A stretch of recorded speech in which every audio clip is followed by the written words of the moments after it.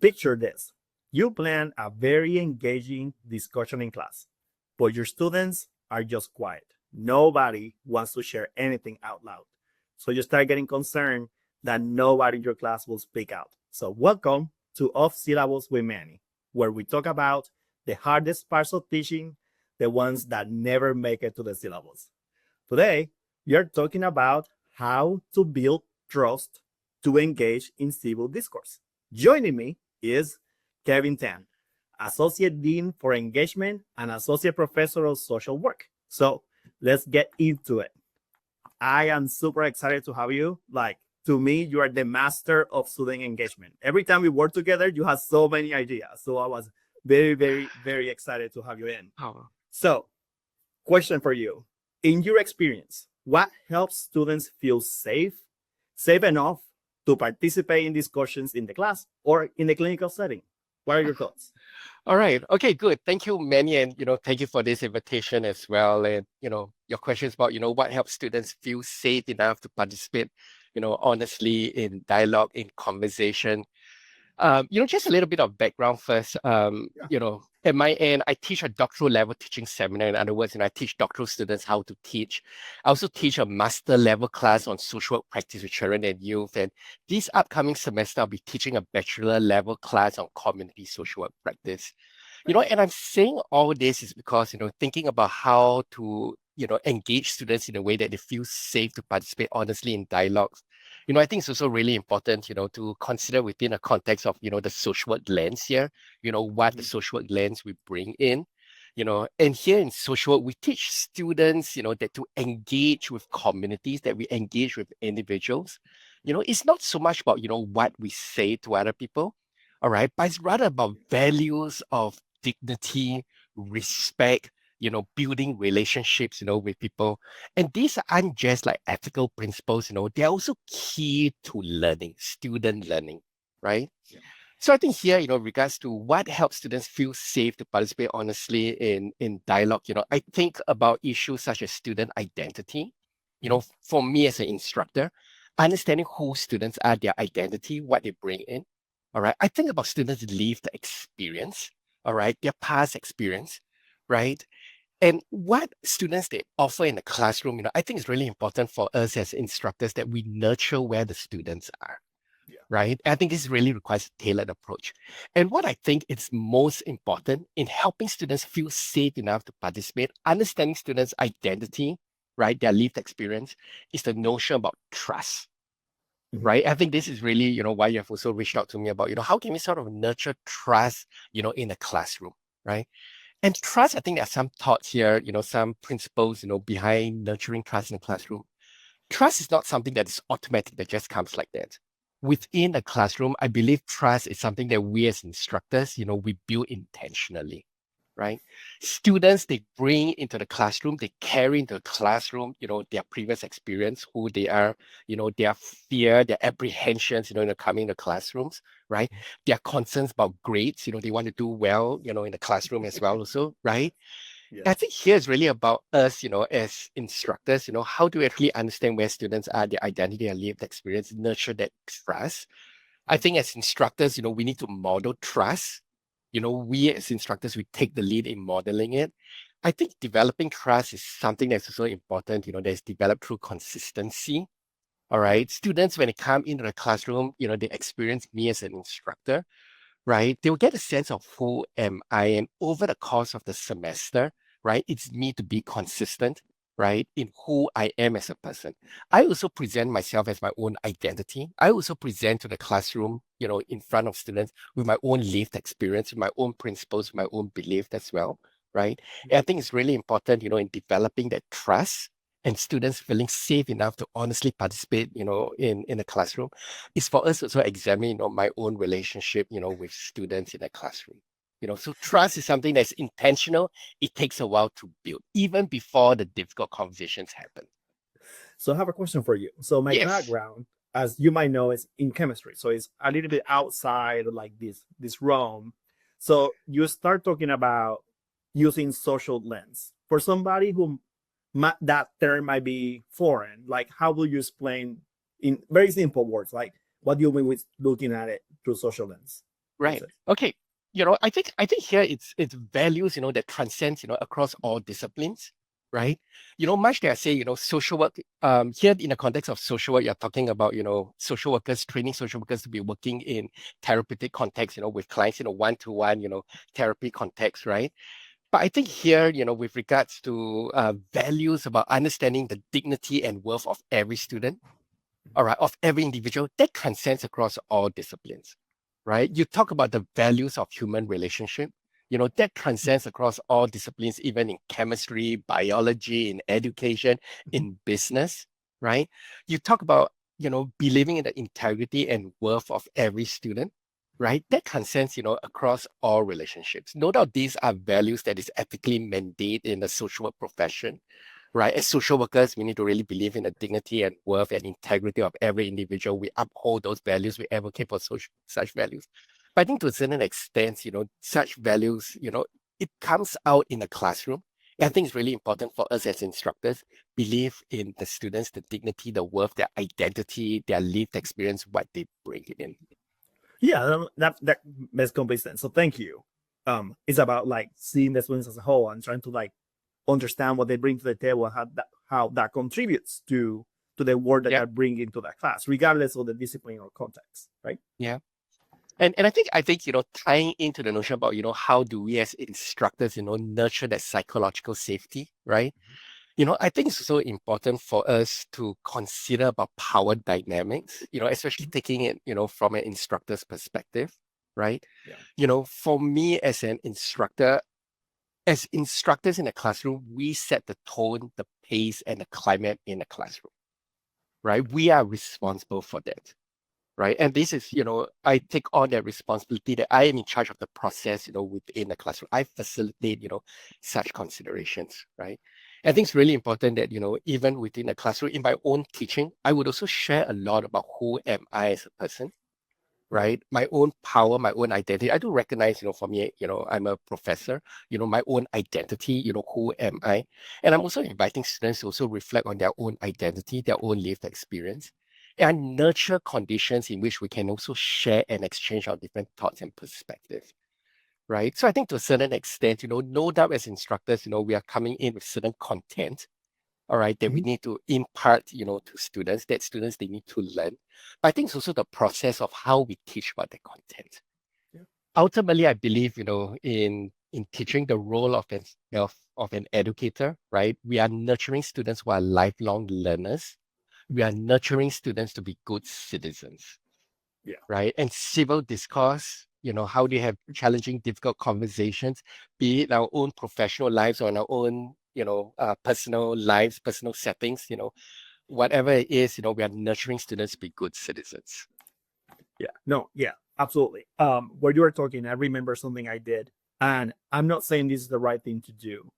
So this is a money thing. So in my classes, I at the beginning, maybe the first or second day, I used to tell my students, "You're paying me to answer your questions, so you better ask them." And I think like, well, that might not be the most professional way to talk about this. It was a way for me to tell them like, I am open to communicate and connect. Like this is a little bit of a way to break in the power dynamics. Right.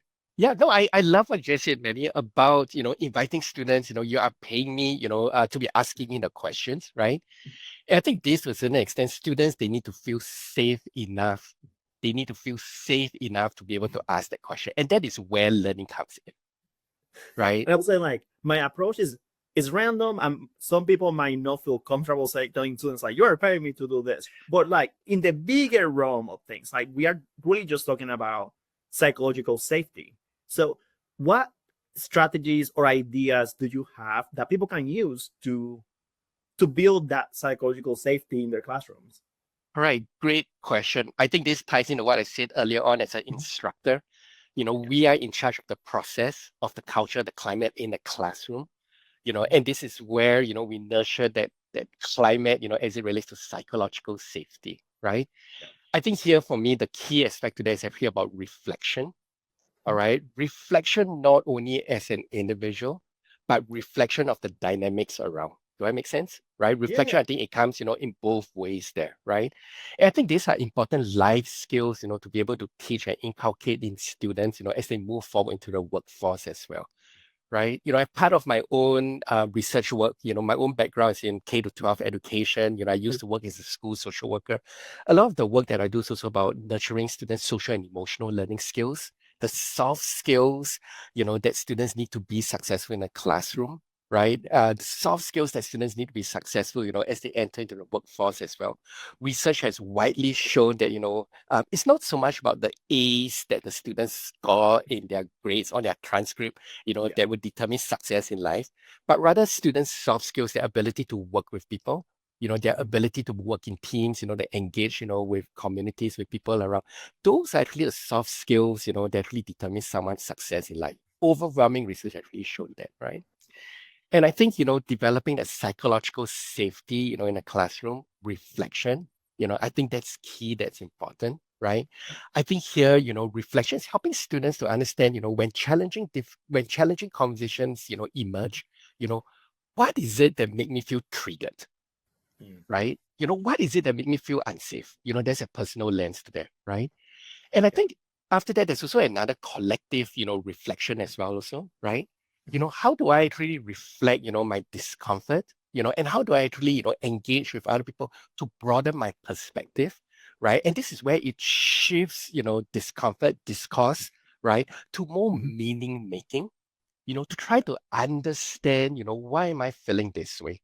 All right. Or why somebody else is having this perspective, right? Mhm. I think this is where growth comes in. This is where learning comes in, right? That we're not coming in from just a one track, approach as well also, Yeah. but we're able to take different perspectives.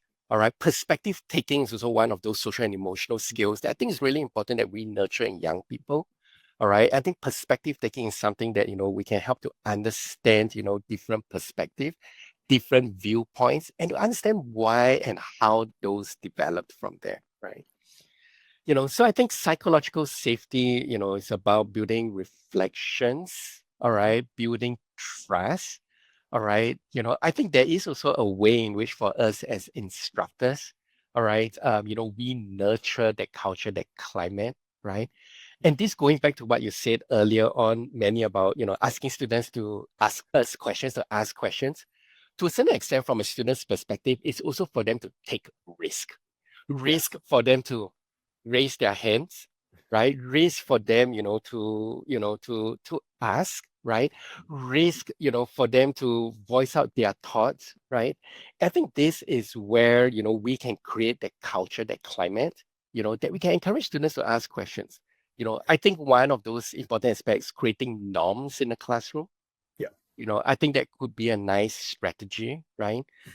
For me, strategy, especially in the social work practice classes that I teach, I often have quick writes, for students, short reflections, that they post, on Canvas, um, creating multiple platforms for students to share their reflections. Mhm. Some students, they may feel more comfortable in articulating, talking it out. Some students, they may feel more comfortable if it's, written, creating multiple platforms, for that reflection piece, right? Creating a norms for that, I think that's key, that's important. I think for me as an instructor, setting the model, modeling, all right. I think to a certain extent, creating, that reflection, psychological safety, it's not asking students to blurt out everything, that they went through in there. You also need to also learn about what is appropriate to share, right? Within the classroom, within the group, So I think there's a lot of consideration as it relates to encouraging students to, be out there, take the risk, create the norms, foster psychological safety. Yeah, and thank you because you made me feel like what I decided to do at some point in time was well designed, even though it happened so organically. I Yeah, just tried to find a way to somewhat empower the students to just feel like you have stakes in this relationship. It's not just me like deciding what you learn. You can tell me, you can ask, like you're part of this partnership. It's not a one-way that's right. street. So That's right. it, One other thing, I would note as well also about creating psychological safety, especially for instructors in a classroom, is for us as instructors to be mindful of students from marginalized backgrounds. Yeah. All right, and I think it's really important, for us, as instructors, to really foster the conditions that can allow different perspective, different identities, to be heard and to be understood. And I think this is where, I'm going back to the notion about power dynamics. All right, I mentioned earlier on about power dynamics with an instructor and a student, but I think here you consider about power dynamics within a student body as well also. All right, students' social identities. There will be some students, because of their own background, they may not feel really safe, to actually talk in a classroom. And I think as instructors, we need to be mindful about that. We need to also lean in, create the conditions, encourage them, to be able to voice their thoughts, so much so that students from other identities, they can also appreciate hearing such perspective. Right. So I think psychological safety, really need to also especially consider students from marginalized backgrounds.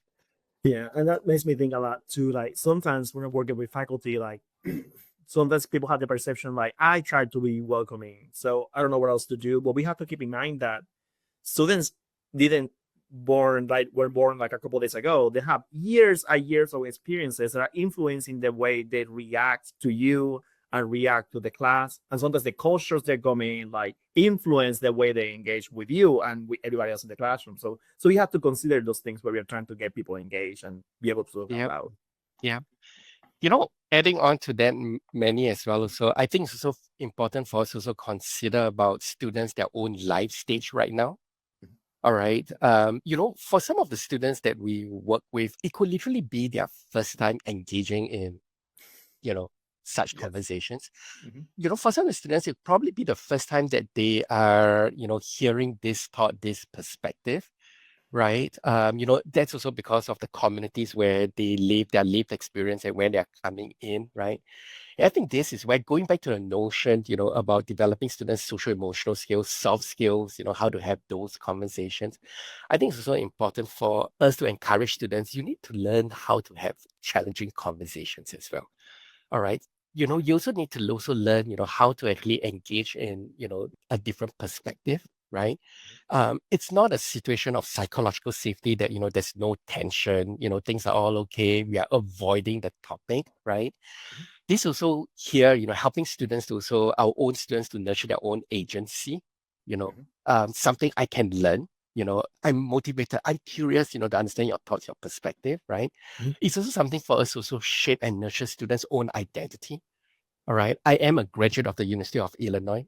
All right. And this is where I learned, about civil discourse. This is where I learned about this different perspective. This is where I learned to have difficult conversations, right? Yeah. And I think helping students to also, find the ability to have their voice, especially for students with, marginalized, backgrounds, communities, they feel like, they're not able to have their perspective heard, right? But I think here we can actually help to nurture such conditions. The classrooms that we operate in, that we lead as instructors, this is where's an opportunity for students to practice civil discourse. We, as educators, as instructors, we model those behaviors.